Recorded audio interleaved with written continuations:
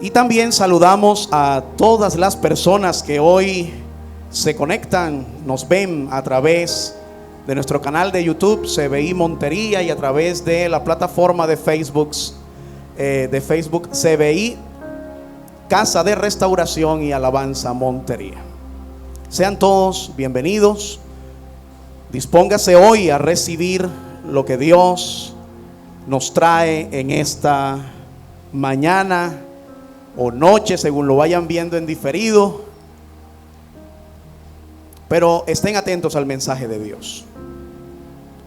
Vamos a ir a la escritura, por favor. Vamos a dirigirnos a Apocalipsis capítulo 2, versículo 1 al 7. Apocalipsis capítulo 2, versículo 1 al 7.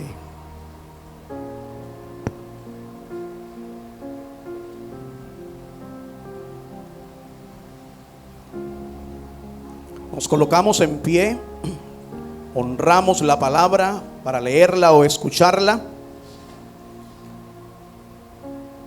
y leemos unánimes. Escribe al ángel de la iglesia en Éfeso, el que tiene las 7 estrellas en su mano derecha, el que anda entre los 7 candeleros de oro, dice esto: yo conozco tus obras, tu fatiga y tu perseverancia, y que no puedes soportar a los malos, y has sometido a prueba a los que se dicen ser apóstoles y no lo son, y los has hallado mentirosos. Tienes perseverancia y has sufrido por mi nombre y no has desmayado. Pero tengo esto contra ti, que has dejado tu primer amor.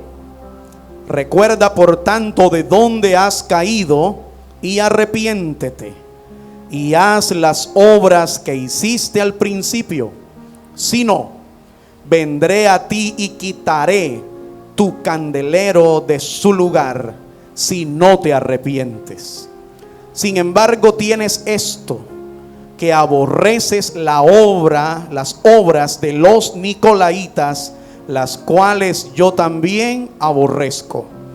El que tiene oído, oiga lo que el Espíritu dice a las iglesias. Al vencedor le daré a comer del árbol de la vida que está en el paraíso de Dios. Ore conmigo. Amantísimo Dios y Padre, te damos toda gloria y toda honra a ti. Tú eres merecedor de ella. En esta hora, Señor, estamos aquí, un puñado de tus hijos reunidos en este lugar, y junto con toda la iglesia que tú has escogido alrededor del mundo, que hoy se reúnen alrededor de tu nombre para exaltarte y también recibir el consejo de tu palabra, Señor, te adoramos y te exaltamos. Te pedimos, Señor, que abras nuestro entendimiento, nuestro espíritu, y que podamos recibir, Señor, tus palabras. Lo que para el mundo es locura, que hoy se convierta, Señor, en mensaje gratificante, mensaje, Señor, edificador para nuestras vidas. Úsame, Señor, pues soy un simple comunicador y muy imperfecto. Por lo tanto, Señor, aleja de mí todo concepto humano y te pido, Señor, que pueda, en el poder de tu Espíritu Santo, transmitir a tu iglesia tu fiel mensaje. Dame, Señor, lo que no tengo para hacer lo que no puedo. Te pido, Dios, bendice a tu iglesia en el nombre de Jesús. Amén y amén. Tome asiento. Hoy vamos a estar comenzando por primera vez aquí en la iglesia una serie de mensajes. Comienza hoy una serie de 7 mensajes que vamos a estar dando cada domingo, y se refiere a el mensaje a las 7 iglesias del Asia Menor que el Señor le dio a través de el apóstol Juan.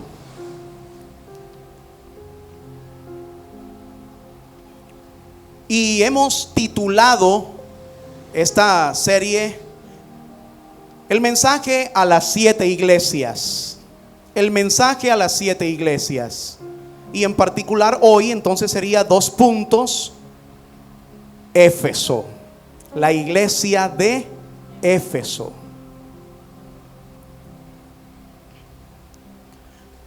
Para poder analizar y entender lo que Dios nos dice a través de su palabra, vamos a mirar un poco la historia alrededor de este pasaje.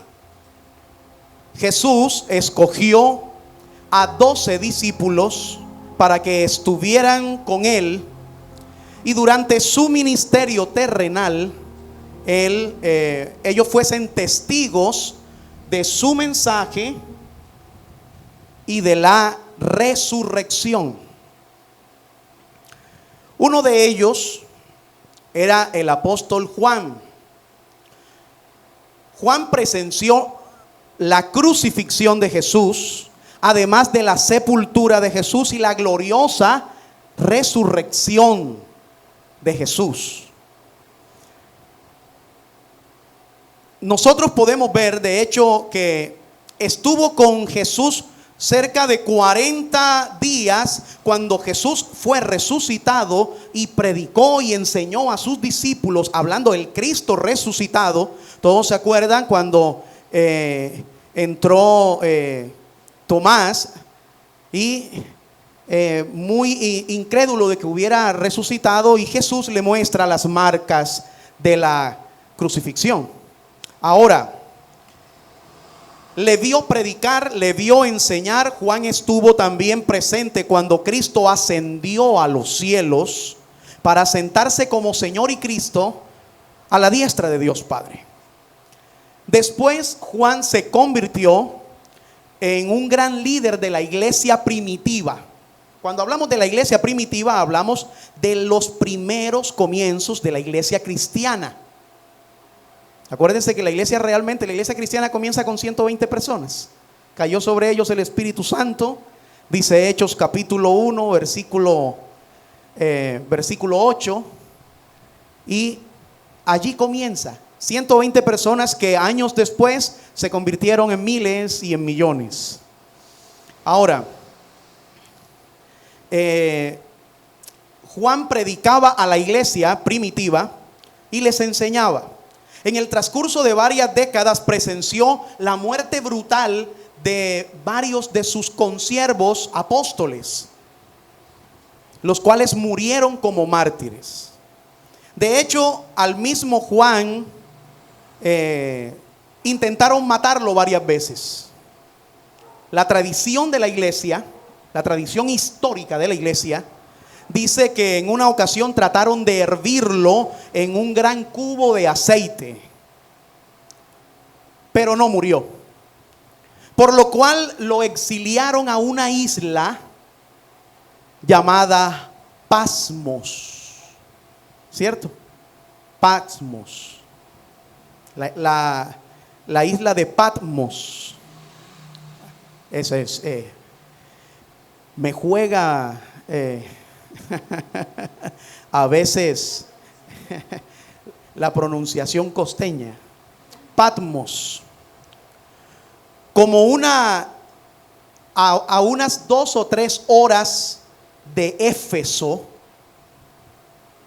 Y allí fue en esa isla donde, según el capítulo 1, versículo 10, en un día del Señor, o sea, un domingo, un día de resurrección, que en sintonía con el Espíritu Santo escuchó una poderosa voz del Hijo de Dios, de Jesucristo, y vestido con una vestidura que llegaba a sus pies.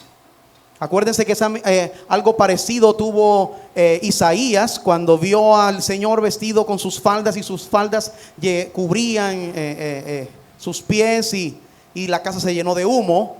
Bueno, aquí Juan ve al Señor Jesús en una vestidura blanca que llegaba a sus pies, y los cabellos eran blancos como lana, y con una mirada de fuego.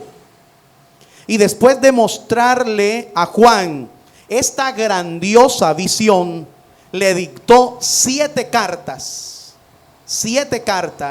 que iban dirigidas a las 7 iglesias del Asia Menor, que son Éfeso, la cual vamos a estudiar hoy, Esmirna, Pérgamo, Tiatira, Sardis, Filadelfia y Laodicea. Ahora, era un tiempo de gran persecución.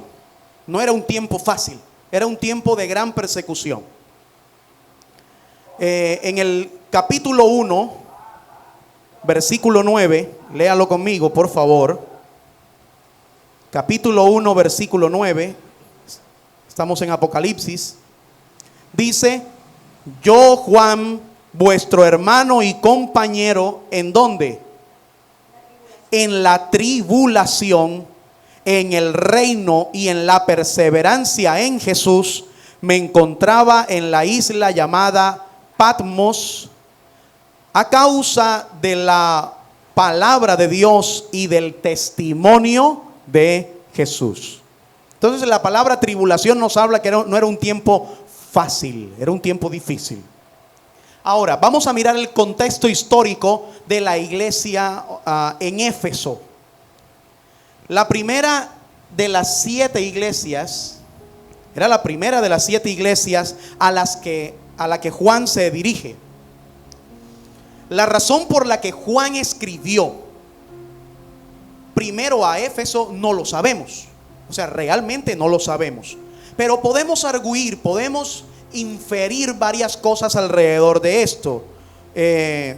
Una de ellas puede que tenga que ver con su prominencia como iglesia. No era una iglesia cualquiera, era una iglesia muy prominente. Una pareja de esposos llamados Priscila y Aquila fueron los primeros en llevar el evangelio a Éfeso. Era una pareja muy apasionada por Dios, en acuerdo común, el reino de Dios. Qué difícil es cuando una pareja apunta hacia un lado y el otro hacia el otro. Yo creo que es el peor episodio que uno puede ver. Que ella quiera la iglesia y las cosas de Dios, y que él quiera el mundo y las cosas del mundo. O viceversa, que él quiera las cosas de Dios y la mujer desee las cosas terrenales. Eso nunca va a traer una muy buena conciliación. Siempre van a haber problemas. Esta pareja es una pareja ejemplo. Incluso Pablo menciona a esta pareja en diferentes pasajes de las Escrituras, exaltando su labor. Entonces, Priscila y Aquila introdujeron el evangelio a esta ciudad. Allá en Hechos 18, no lo vayan a buscar ahora, si lo desean buscar bien, pero los que están en la transmisión, pues no se les va a proyectar. Porque en el capítulo 18 habla precisamente de ello. A ellos se les unió porque ellos fueron los que le compartieron el mensaje a un hombre llamado Apolos, y que no era cualquier persona. La Biblia llega a decir que Apolos era un gran predicador, que incluso hubo división un día entre la iglesia, y unos decían yo soy de Pablo y otros decían yo soy de Apolos. Y si hacían esa distinción tan fuerte, era porque Apolos era un gran predicador, al compararlo con Pablo. Ellos le compartieron el mensaje a Apolos y Apolos se le une en la predicación de la iglesia allí en Éfeso. Pablo estuvo allí al menos en 2 de sus viajes durante 3 años dando instrucción a esta iglesia. Se produjo el primer retiro de ancianos de la iglesia en esta iglesia justamente, y allí en el Nuevo Testamento, en el capítulo 20 lo habla. Timoteo, ¿se acuerdan de Timoteo? Timoteo, el discípulo de Pablo, al que Pablo le escribió 2 cartas que están escritas que hacen parte del canon bíblico. Timoteo fue pastor en esa iglesia en Éfeso. Ahora, según la historia de la iglesia, el apóstol Juan pasó sus últimos años en ese lugar. Y puede que tenga que ver con la prominencia no solo de la iglesia, sino también con la prominencia de la ciudad misma. Estamos hablando de Éfeso. Éfeso era la ciudad más importante del Asia Menor. La ciudad más importante del Asia Menor. Incluso el gobernador romano residía en ese lugar. O tal vez puede que haya sido por la cercanía a Patmos, y que era justamente allí en Éfeso el mejor lugar para comenzar a difundir un mensaje. Ahora, sea como sea, 4 décadas después, 40 años después, Pablo escribe a esta iglesia bajo ahora nuevas circunstancias, y se hizo necesario que Juan le escribiera una nueva orden divina a esta iglesia. Ahora, si pudiéramos hacer un bosquejo de ese mensaje que leímos nosotros, que le dio Jesús y le dijo a Juan: escribe esto a la iglesia en Éfeso, lo pudiéramos bosquejar de esta manera. Número 1, la descripción de Cristo. Número 2, el elogio a la iglesia. Número 3, el reproche a la iglesia. Número 4, la exhortación a la iglesia. Número 5, la advertencia a la iglesia. Número 6, la promesa a la iglesia. Y número 7, el llamado a la iglesia. Ese sería el bosquejo que encontramos en el capítulo, en la porción de la palabra que acabamos de leer al inicio. O sea, el mensaje a esta iglesia en Éfeso. El receptor inicial, ¿quién era?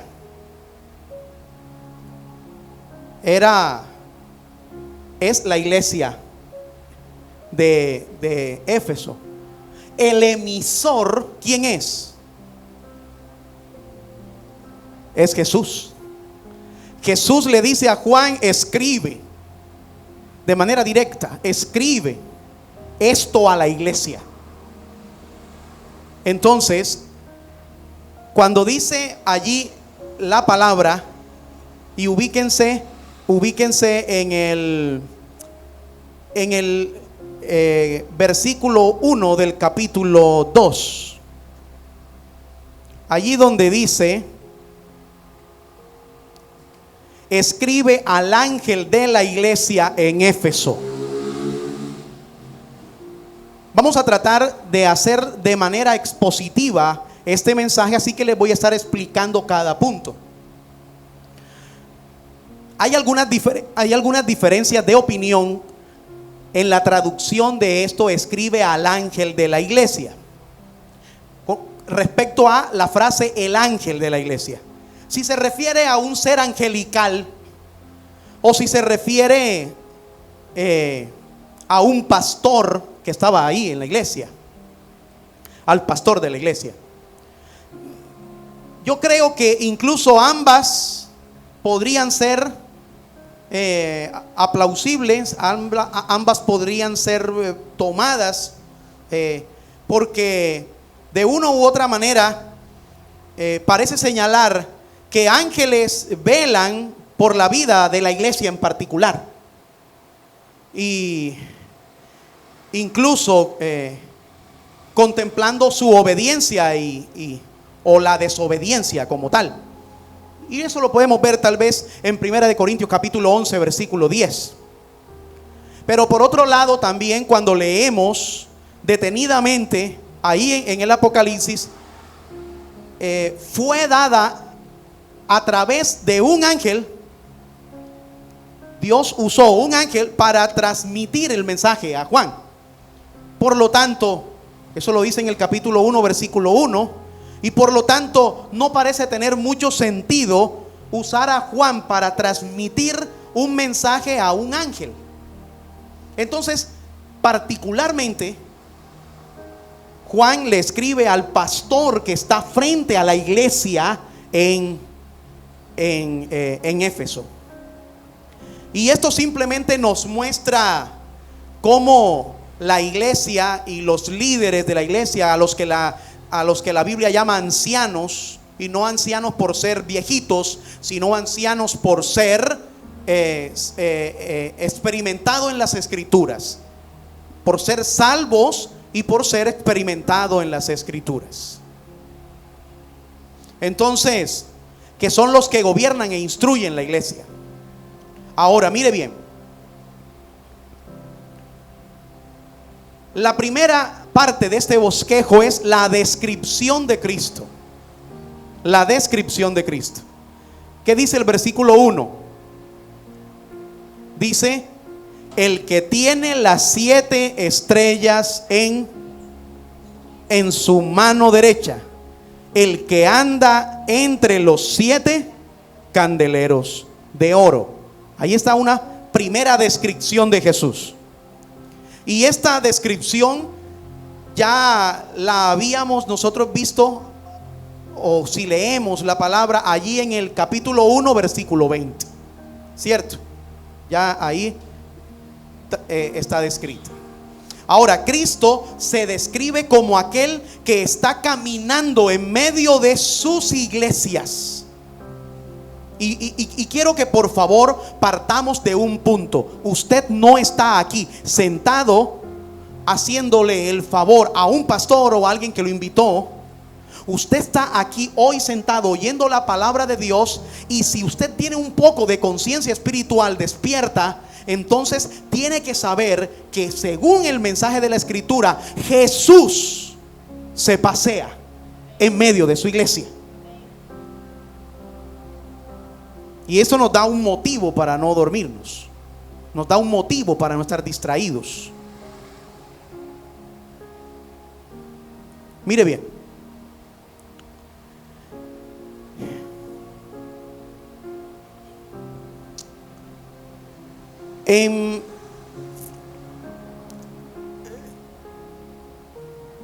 ahí en el capítulo 1 versículo 20, por favor,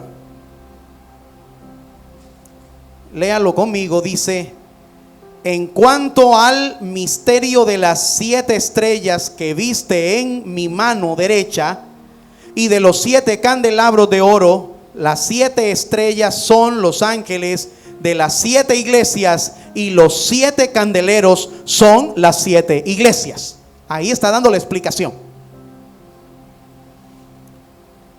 Ahora, en términos generales, esto simplemente puede indicar cómo en medio de las circunstancias de persecución que atravesaba la iglesia y que estaba viviendo la iglesia justamente ahí en el Asia Menor, incluyendo a Éfeso misma, Cristo se paseaba en medio de ella. Y más aún, el destino, estaba diciendo, ¿en dónde tenía él los candelabros? En su mano. Estaba diciéndole, el destino estaba en su mano. El destino de la iglesia está en las manos de Dios. y el destino de sus ministros está en las manos de Dios. Ahora, no estaba, y les estaba diciendo, no está en manos del emperador. El emperador de aquel entonces, estamos hablando de los años 90 después de Cristo, el emperador era Domiciano. Domiciano residía allí en Éfeso. Y Domiciano, en una arrogancia brutal, lo que hace es que crea monedas imperiales, donde él aparecía sentado sobre la tierra y con 7 estrellas debajo de él. Entonces él mismo se levanta culto así y persigue a los que adoraban a Dios. Y entonces el mensaje allí cobra un sentido, diciéndole Jesús, es que no es Domiciano el que tiene el futuro de la iglesia en sus manos. El que realmente tiene los candelabros, el candelabro en su mano derecha, y el que tiene ¿qué? Y el que tiene las estrellas ese soy yo, dijo Jesús. Ese soy yo. Por lo tanto, el futuro de la iglesia está en mi mano, no en la mano de ningún emperador. Ahora,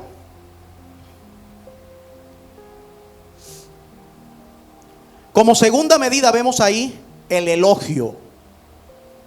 Esa es la descripción de Cristo. Ahora el elogio. El elogio, y siempre nos vamos a ir a el capítulo 2, ahora vamos a ir al versículo, el versículo 2. Dice, yo conozco tus obras. Léalo conmigo. Yo conozco tus obras, tu fatiga y tu perseverancia, y que no puedes soportar a los malos, y que has sometido a prueba a los que se dicen ser apóstoles y no lo son, y los has hallado mentirosos.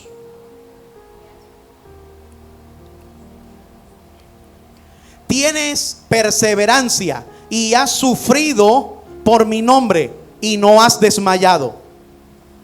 ¿Cierto? Más adelante en el versículo 6 está otro elogio.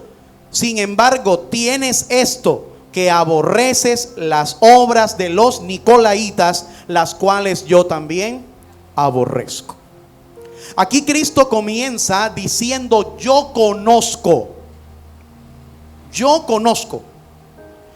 Y no hay nada que realmente se pueda escapar de la vista de aquel que tiene los ojos como llama de fuego. No hay. Mire, los que nos engañamos somos nosotros a nosotros mismos, creyendo que podemos ocultar algo. Y ya la Biblia nos dice que no hay nada oculto que no haya un día que saberse, que se sabrá al fin y al cabo. De hecho, cada vez que usted se encierra en su cuarto, atranca su puerta y ve lo que no debe ver, hay unos ojos de fuego que lo están mirando. Cada vez que usted se monta en un carro y se dirige hacia donde no se debe dirigir, hay unos ojos de fuego de lo que no te puedes escapar. Podrás engañar a un ser humano, pero nunca podremos escapar de la vista de nuestro Dios. Ahora, por eso Él dice, yo conozco. Aún aquellas cosas elogiables que creemos que nadie ni valora. Porque a veces hacemos cosas que pensamos, nadie valora lo que yo hago. Esas cosas las está mirando nuestro amado Señor Jesucristo. Él las conoce. ¿Qué cosas elogiables? Pues allí dice: el trabajo incansable y perseverante. ¿Qué dice? Yo conozco tus obras, tu fatiga y tu perseverancia. Mire hacia qué apunta el Señor. Cristo elogia el fiel servicio de nuestra iglesia, de esta iglesia. Ellos están recibiendo el mensaje y están recibiendo primero un elogio. Algunos, dentro del proceso de consejería, incluso uno se atribuyó, dentro de los procesos de orientación y hablándoles de libros que son filosóficos y profesionales en el campo de la conducta y de la psicología, hubo uno que se atribuye diciendo que él plantea como un principio el hecho de que cuando le vayas a decir una corrección a alguien, primero lo elogies para que puedas recibirla bien. Y yo no sé de dónde él se lo atribuyó, porque aquí estamos viendo a Jesús dar la instrucción a la iglesia de la manera correcta, y es no de hombre, es de Dios. Ningún escritor famoso del siglo XIX puede atribuirse esto diciendo este es el parámetro que yo propongo, cuando ya Jesús en el año 90 después de su muerte está haciendo un fiel seguimiento de cómo se debe corregir realmente. Él comienza elogiando y le dice: yo conozco tus obras, tu fatiga y tu perseverancia. Ahora, son hermanos esforzados, eran hermanos esforzados, eran hermanos, personas que daban su tiempo, que eran voluntarios, que servían día tras día, que servían semana tras semana, que servían mes tras mes y que servían año tras año. ¿Será que muy parecida a la iglesia hoy en día, que para ir domingo a domingo a la iglesia a veces que a veces el programa de miércoles y domingo en la iglesia resulta fastidioso, y algunos incluso hasta podrían pensar y decir: pero es que ya yo necesito un descanso? Pero esta iglesia las estaba elogiando Jesús mismo, diciéndole: yo conozco tu perseverancia. Ahora, por causa de su servicio, este lugar se convirtió en el epicentro de la actividad misionera de toda la región. Lucas nos dice a nosotros allá en Hechos capítulo 19, eso lo pueden anotar y lo buscan después para que lean el capítulo, que el evangelio resonaba desde este lugar hacia toda el Asia Menor.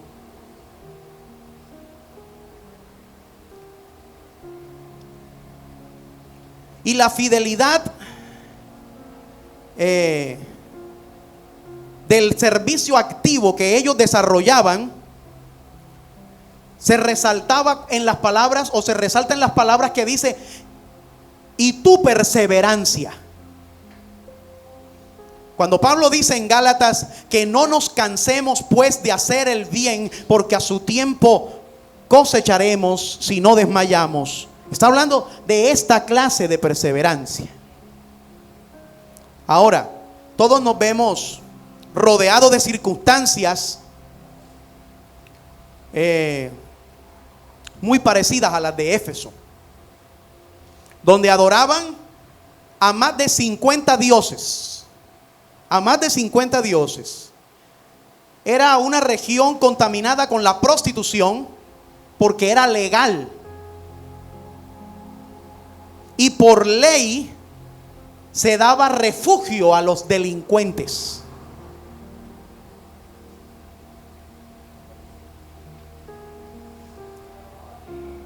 No quiero pasarme de comentarios, sin embargo, muy parecido a nuestra Latinoamérica.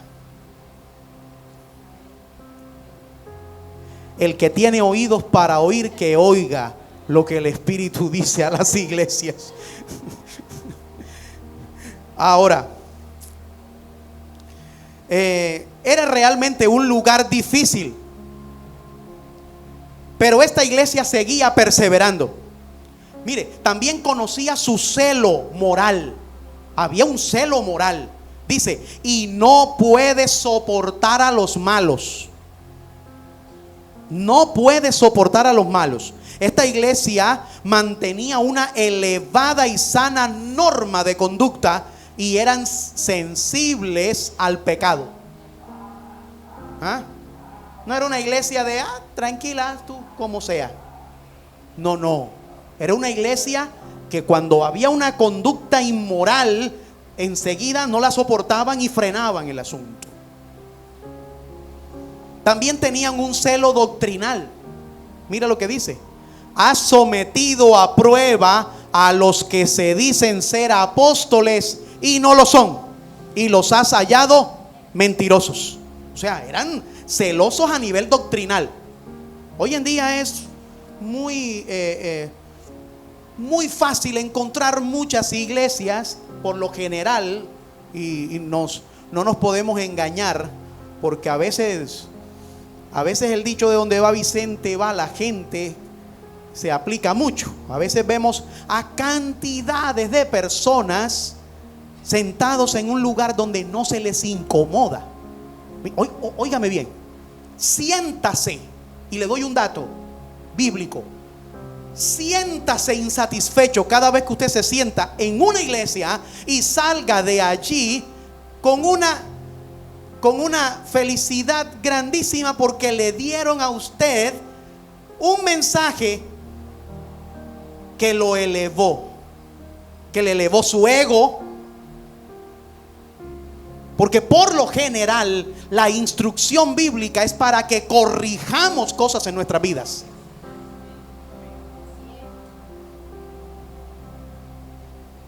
Y nosotros sí salimos gozosos cuando hemos alcanzado la madurez en la palabra y podemos decir, ¿verdad?, al hermano que está a su lado: hermano, qué hermoso estuvo el servicio hoy. Sí, estuvo hermosísimo. Me duelen todas las costillas, pero de verdad estuvo hermosísimo. Fue un golpe contundente al pecado en mi vida.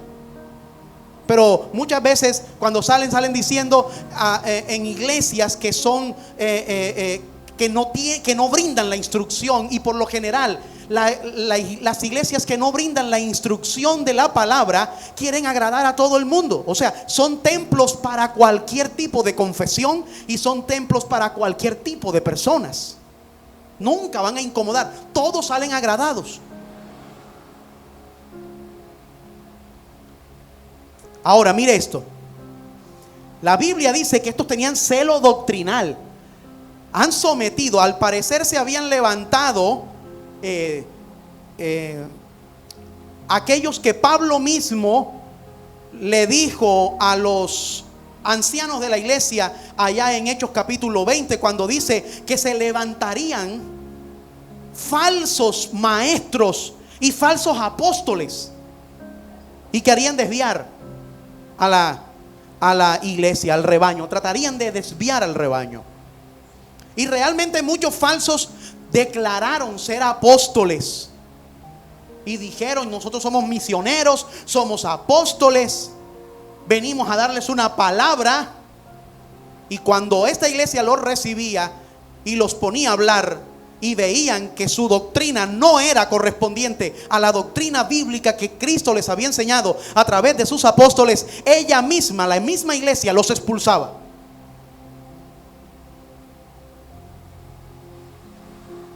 Ahora, es importante resaltar el celo moral y doctrinal, que se une en un aborrecimiento a un grupo también que se llamaron los Nicolaitas. Versículo 6 dice: sin embargo tienes esto, que aborreces las obras de los Nicolaitas, las cuales yo también aborrezco. A ciencia cierta no se sabe quiénes son los Nicolaitas, a ciencia cierta, pero hay varias vistas sobre este asunto. Algunos dicen que era un grupo seguidor de Nicolás, de un hombre que habla Hechos capítulo 6, que fue un desertor de la iglesia. Y por lo general los que desertan de la iglesia y desertan por lo general en rebeldía doctrinal, ¿no? Porque algunos les meten un terror a los miembros, colocándoles un tipo de sello particular y de propiedad sobre una iglesia. Nosotros tenemos propiedad en Cristo Jesús, pero nos consolidamos en una iglesia donde encontramos verdaderamente instrucción bíblica, y es bueno permanecer porque allí vamos a crecer. Sin embargo, este Nicolás se apartó de la iglesia y se llevó un grupo, y al parecer a eso lo llamaron los Nicolaitas. Ahora, y algunos dicen que se trata de una secta gnóstica. Y sea como sea, se presentaban ante las iglesias como apóstoles, como misioneros, y ponían tropiezo a los hermanos, animándolos a cometer inmoralidad. Todos sabemos lo que dice, la advertencia que dice Dios en la carta de Judas, donde dice que estas personas que son falsos maestros y falsos apóstoles inducen a la iglesia a hacer inmoralidades. Hoy en día que el internet llega a toda parte, y a través de la internet podemos ver cualquier cantidad de noticias y videos, nosotros nos encontramos casos terribles de personas que no sé cómo pueden portar una Biblia en su mano, llamarse pastores, llamarse apóstoles. Hay unos que ya parece como que el título de apóstol ya como que quedó. Hay una iglesia en el Pacífico de Colombia, y justamente aquí, que ya el título de pastor y apóstol ya ni siquiera es suficiente. Ellos se llaman arcángeles. Y yo no sé hasta dónde está la locura y el frenesí de este mundo intentando engañar a las personas. Pero vemos a personas que aparentan una vida piadosa, pero son inmorales, inducen a la inmoralidad. Con razón, la Biblia lo dice: por sus frutos los conoceréis. Mire,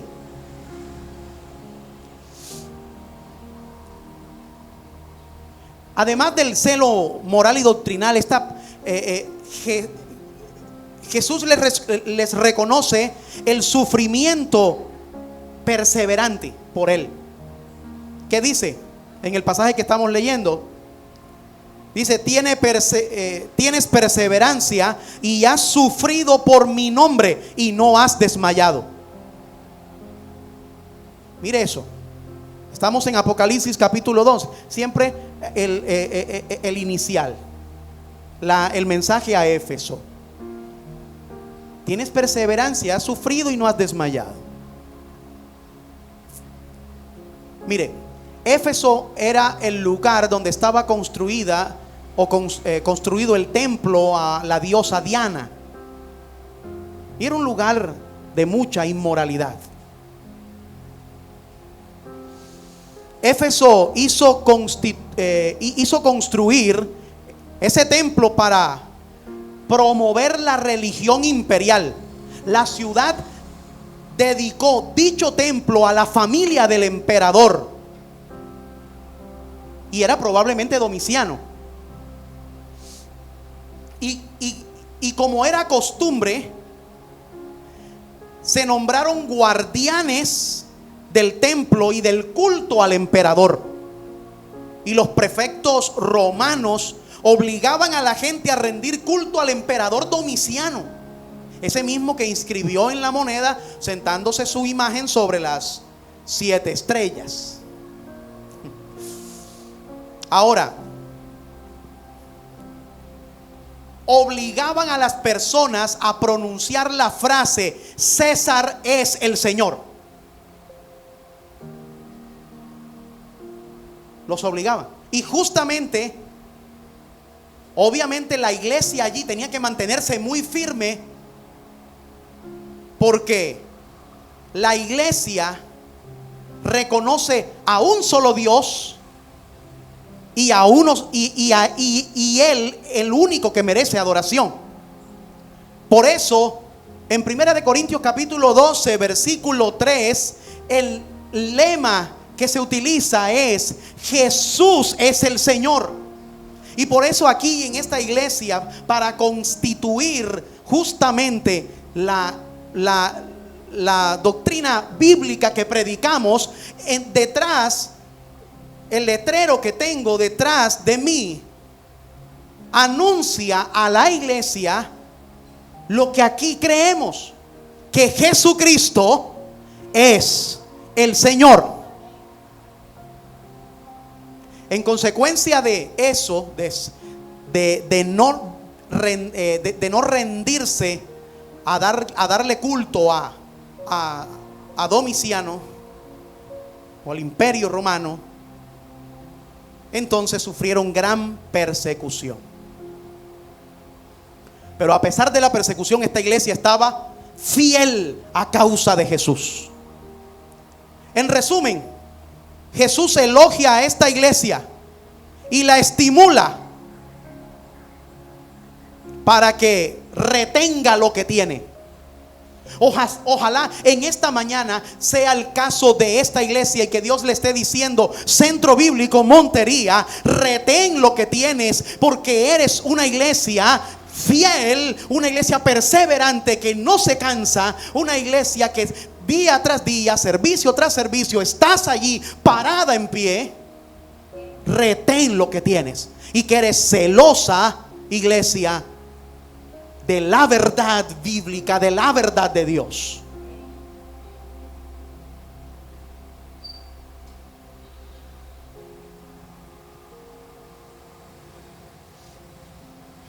Ahora, qué bueno que retengas tu celo por una predicación verdadera, que tengas tu celo doctrinal y moral. Pero viene lo tercero, el reproche. ¿Qué dice el versículo 4 del mensaje a Éfeso? Pero tengo contra ti que has dejado tu primer amor.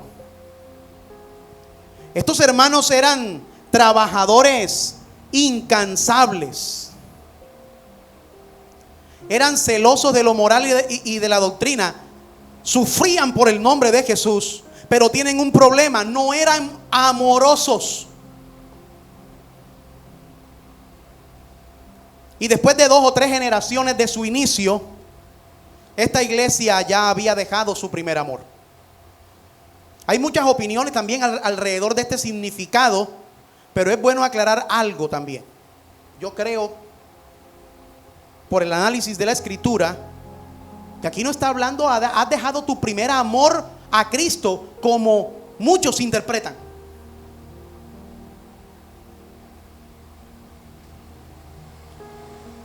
Y lo digo porque la misma Biblia lo dice en su contexto: has trabajado arduamente por amor de mi nombre.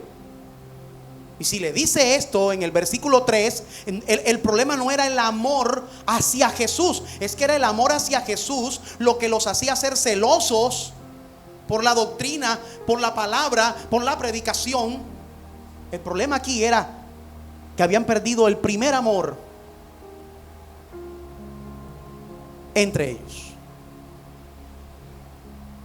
Estos hermanos tenían buenos maestros, buenos libros.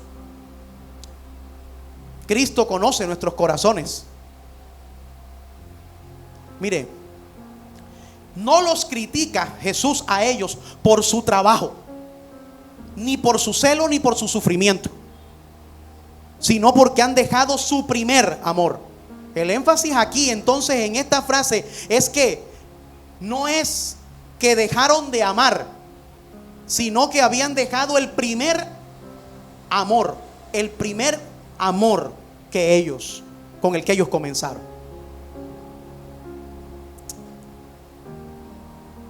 Y como consecuencia, estos hermanos que antes, mire, antes en la palabra habían sido elogiados por su amor fraternal. Si usted lo busca en Éfeso capítulo 1 versículo, en Efesios capítulo 1 versículo 15. También en el capítulo 3 versículo 17. Y también en el capítulo 6 versículo 23. Ahora, lo que era amor para ellos, ahora se había convertido en una apatía, en una indiferencia que se apoderaba de ellos. Y yo no sé cuántos en este recinto han sentido la apatía por las cosas de Dios, pero también muchos, no es el caso que sientan apatía por las cosas de Dios, pero sí sienten apatía por sus hermanos, apatía por su prójimo. Ahora, se habían tornado insensibles. Y creo que esto encaja perfectamente en muchas de las iglesias del Señor.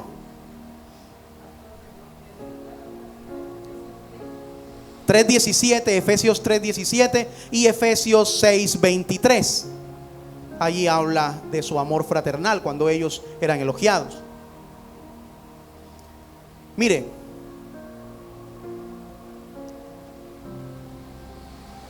creemos en la Biblia, pero no somos amables. En estos días fui a hacer una consignación bancaria, porque había habido un colapso. Me encuentro con mucha gente porque había habido un colapso en uno de los bancos, y uno de la misma red se había unido a recibir los clientes de ese banco colapsado. Y entonces allí llego yo, donde eso está súper lleno, y tomo mi turno. Bueno, hago la fila para tomar mi turno. Delante se encuentra una señora, y la señora dice a la persona que está allí, muy amablemente brindándole su turno, le dice: yo no puedo esperar todo este tiempo. Dice: pero es que tiene que esperar, porque es que hay otros delante de usted. Yo le voy a colaborar. ¿En qué me vas a colaborar tú si no me colaboras para nada? No sirves en lo que estás haciendo.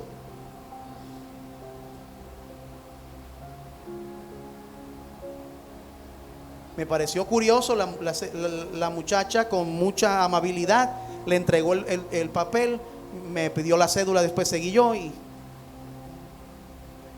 el asombro mío es que cuando estamos sentados esperando, aquella mujer parecía una evangelista apasionada, diciéndole a los que estaban al lado que Dios es lo más grande, que ella es cristiana. Y yo digo: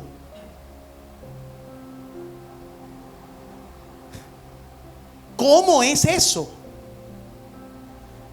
¿Qué es lo que manifestamos al mundo con nuestro trato? Yo no conozco a esa persona. Puede ser que ame al Señor, pero tal vez este sería un mensaje muy apropiado para ella. Has perdido tu primer amor. Ahora, a veces decimos la verdad, y la verdad es tan hiriente que no produce ningún beneficio, sino heridas y dolor. Y eso pasa cuando se pierde el primer amor. Ya no hay ni gracia, ya no hay bondad.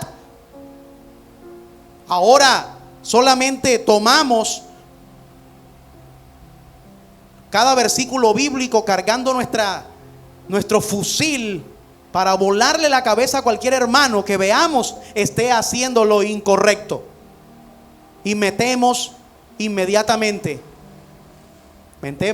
metemos a a Corintios, metemos a Efesios, metemos Apocalipsis, metemos a Hechos y cargamos y esperamos a ver qué hermano hace lo incorrecto para levantarlo a versículos bíblicos de manera pública y para exhibirle, volándole la cabeza a ese hermano y actuando en un aparente celo, pero sin amor.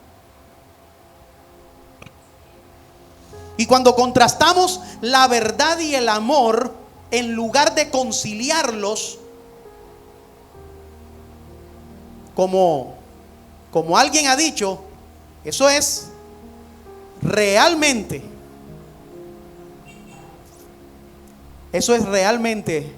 masacrar a un hermano. Tenemos siempre que conciliar la verdad con el amor. Cuando dejamos atrás nuestra dependencia del Espíritu Santo, hemos leído la Biblia, somos lectores de la Biblia, suele pasar muchísimo, el ego se levanta a los primeros que empiezan a caminar dentro de toda la doctrina teológica, y entonces se alzan muchísimo y parecen autosuficientes, y lo que quieren es mostrar cuánto saben.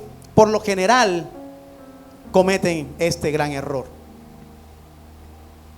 Y está bien, porque somos llamados a estudiar teología, somos llamados a estudiar la palabra. Pero de repente ya no sentimos ni la necesidad de orar, ni la necesidad de amar a nuestro hermano. Y ahí cometemos un gran error. Cuando las personas que son de nuestra propia misión, de nuestra propia iglesia, nos irritan. Ese hermanito que te pregunta 26 veces: pastor, ¿qué significa Juan 3:16? Y ya se lo has explicado una y otra vez, y tú dices, de seguro no va a venir una 27. Y llega al día siguiente la pregunta: pastor, explíqueme nuevamente Juan 3:16.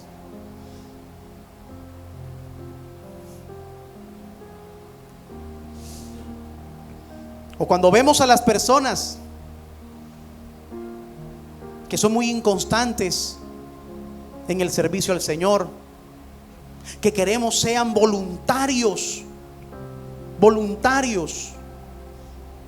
Aquí en esta iglesia tratamos de que sea el Espíritu Santo el que despierte en cada persona. Nunca se va a encontrar al pastor diciendo: a usted le toca, a usted le toca, a usted le toca. Nunca. Lo que usted deja de hacer, mi esposa y yo lo hacemos. Pero si el Espíritu lo despierta, lo vamos a dejar servir. Ahora,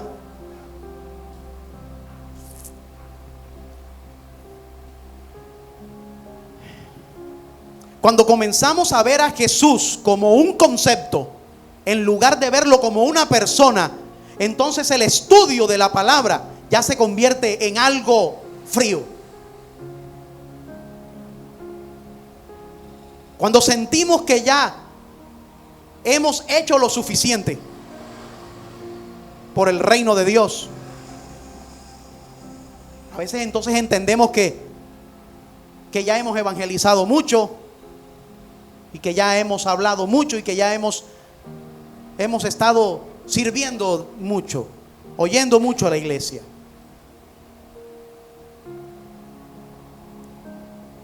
Entonces todo lo que sea programa de la iglesia ya no se convierte en un gozo, se convierte en algo fastidioso y tedioso. En resumen, esta iglesia había leído los libros, habían tomado los exámenes, habían recibido clases, enviaban misioneros, habían plantado iglesias, habían padecido persecución por el nombre de Jesús, por amor al nombre de Jesús. Pero al parecer muchos de ellos dijeron: ya, esto es suficiente. Y por eso Jesús les dijo: ¿qué pasó con tu amor?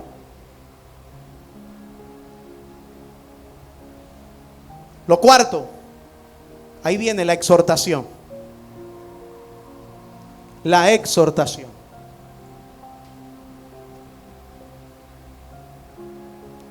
Dice: recuerda por tanto de dónde has caído y arrepiéntete y haz las obras que hiciste al principio. Entonces, ante tal dejadez, el Señor exhorta a la iglesia en el versículo 4 y le exhorta a recordar de dónde has caído.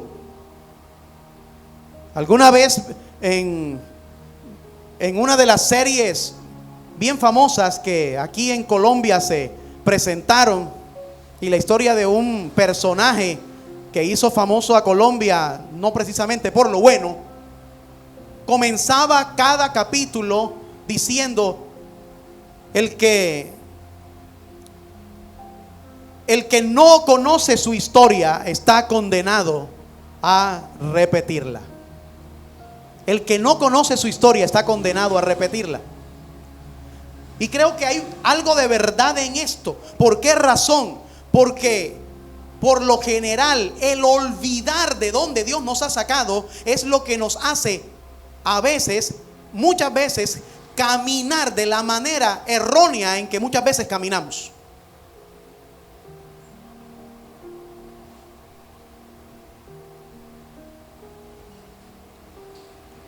Esta iglesia debía mirar hacia atrás.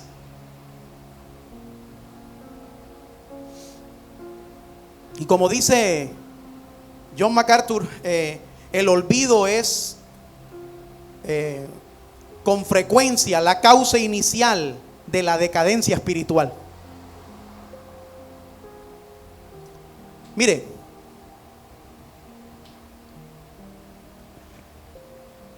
el Señor la exhorta a volver a su primer amor. Le dice: arrepiéntete y haz las obras que hiciste al principio. Ahora le exhorta entonces a volver a las primeras obras. El arrepentimiento no es simplemente dolernos por el desvío, sino también rectificar y volvernos a Dios. Amada iglesia, es hora de que tú reflexiones y mires y te analices a ti mismo. ¿Por qué haces lo que haces? ¿Por qué haces lo que haces? Y si lo que haces por Dios o en Dios, lo estás haciendo con el mismo amor con el que comenzaste el evangelio. Debemos analizarnos. Quinto, la advertencia: si no, vendré a ti y quitaré tu candelabro de su lugar, si no te arrepientes. Y recordemos aquí que Cristo se presenta a las iglesias, representa a las iglesias como candelabros o lámparas. Cristo nos ha puesto para anunciar su mensaje, y somos sal en medio de un mundo insípido, y somos luz en medio de un mundo de tinieblas. Ahora imagina a la iglesia de Éfeso alumbrando en un lugar de oscuridad, de actividad demoníaca, de paganismo, de prostitución, de idolatría. Ahora mira a tu alrededor. ¿Qué está sucediendo hoy? ¿Qué está sucediendo hoy aquí en nuestra misma ciudad de Montería? Cuando tú sales a las calles de noche, lo que tú encuentras es que jóvenes orando,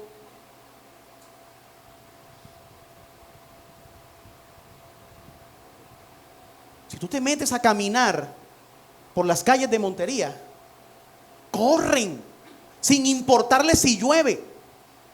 Un día le prediqué a la iglesia y les dije una declaración, y es verdad: a veces el malo hace más fervientemente su maldad que el bueno haciendo lo bueno.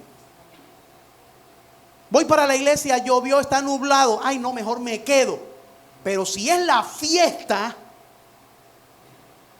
el inconverso no le importa si llueve, se va.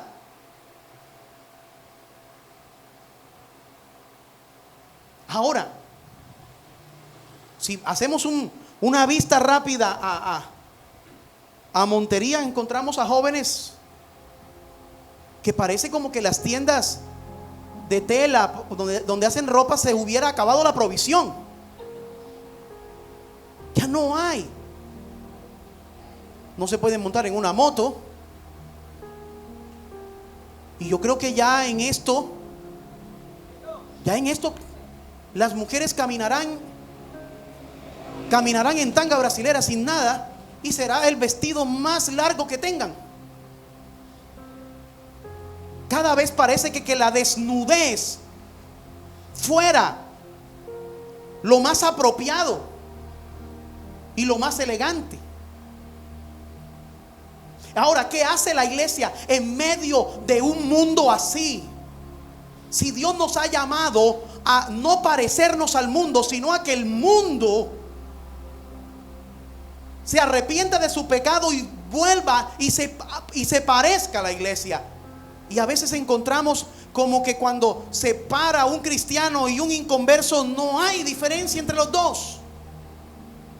Y debe existir diferencia en lo que hablamos, en cómo pensamos, en cómo nos comportamos, en cómo manifestamos el amor, en cómo nos vestimos.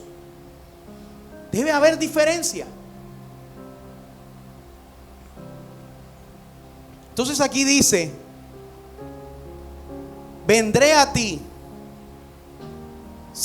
Vendré a ti, si no te arrepientes, y quitaré tu candelabro de su lugar si no te arrepientes. Ahora, no sé si esto significa que la iglesia desaparecería o dejaría de ser una iglesia para convertirse en un club o en una sinagoga de Satanás ahora.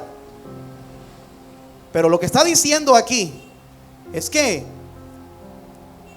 donde no hay luz, hay oscuridad. Y si la iglesia deja de alumbrar con la luz de Cristo, entonces la oscuridad del reino de las tinieblas será el que tomará posesión.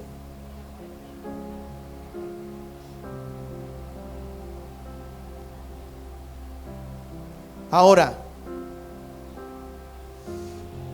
por eso, arrepiéntete. Arrepiéntete.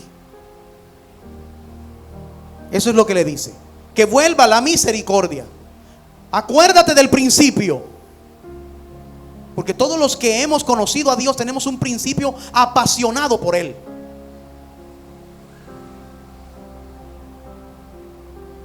Vamos rápido. De aquí en adelante. Sexto, la promesa. Dice en el versículo 7: al que venciere, al vencedor, le daré a comer del árbol de la vida que está en el paraíso de Dios. Mire, ¿cuáles son los involucrados aquí? El que vence, el vencedor. La frase griega puede traducirse como el que está triunfando o venciendo. El vencedor es aquel que está en Cristo y que no se parece o que no sigue las obras del mundo, que se evidencia permaneciendo en todas las cosas del Señor. Ahora, no está hablando aquí de salvación por obra, sino en la evidencia de la fe a través de la obra. Porque es que una cosa es que yo tengo que portarme bien para salvarme, y eso no es así. Una cosa es que yo me salvo por gracia, pero que las obras después de ser salvo deben mostrar la salvación que he recibido. Ahora, la promesa: le daré a comer del árbol de la vida que está en el paraíso de Dios. La promesa es doble. Por un lado, al vencedor se le promete vida eterna, el árbol de la vida, ese que encontramos por primera vez en el Génesis capítulo 2 y 3. Ese árbol que si Adán hubieran comido de él, hubiesen extendido su mano sobre él para comer, hubieran vivido para siempre.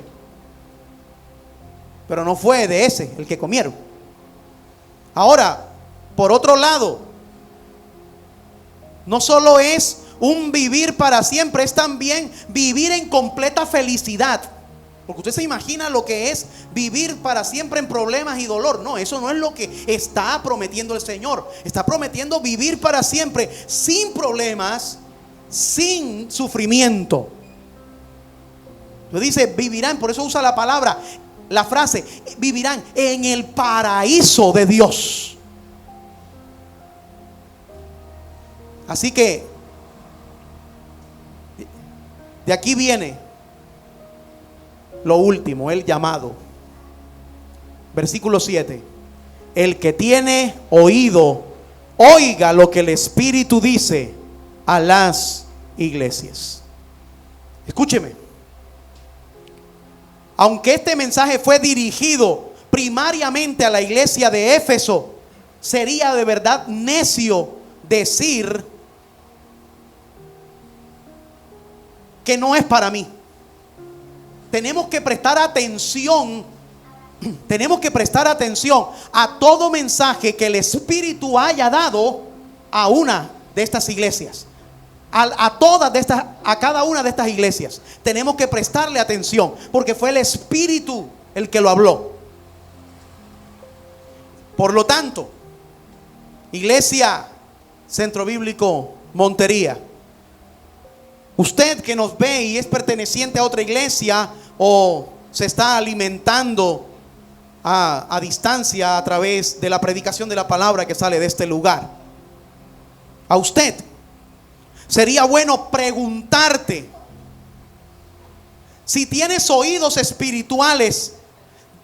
¿Estás escuchando lo que Dios te está diciendo hoy? Tú sí realmente eres alguien que se ha esforzado, pero ha perdido el amor por tus hermanos, por la obra de Dios, por el trabajo a Dios. ¿O sientes que nadie te está viendo? ¿O realmente eres una persona fiel que está caminando en fidelidad al Señor? Si no es así, hoy es menester tomar el consejo del Señor. Arrepiéntete. Debemos arrepentirnos.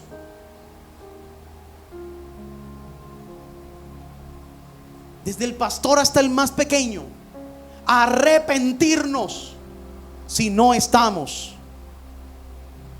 aplicando ni sirviendo con amor al Señor. Y volvamos a ser esa iglesia cuando conocimos al Señor, enamorados, apasionados, que día tras día incansablemente deciden congregarse a oír la palabra y la oyen con gozo. Y que cuando el mundo te vea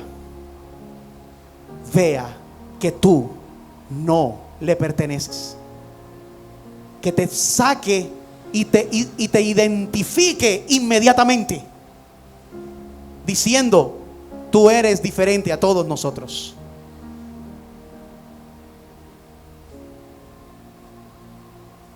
Colóquese en pie, por favor. Ore conmigo. Amantísimo Dios y Padre, te damos a ti la gloria por tu palabra bendita.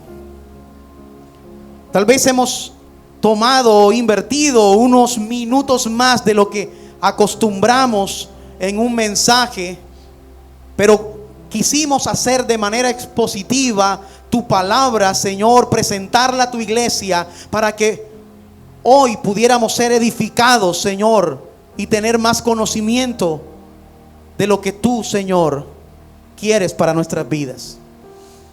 Ayúdanos a tomar, Señor, en serio el llamamiento que nos has hecho como iglesia. Y así como le hablaste a la iglesia de Éfeso, hoy tomamos, Señor, estas palabras. Perdónanos si hoy nos arrepentimos y te pedimos perdón. Si hemos sido indiferentes a la necesidad de nuestro hermano, si hemos sido indiferentes ante el débil que cae una y otra vez y se desanima con regularidad, si hemos sido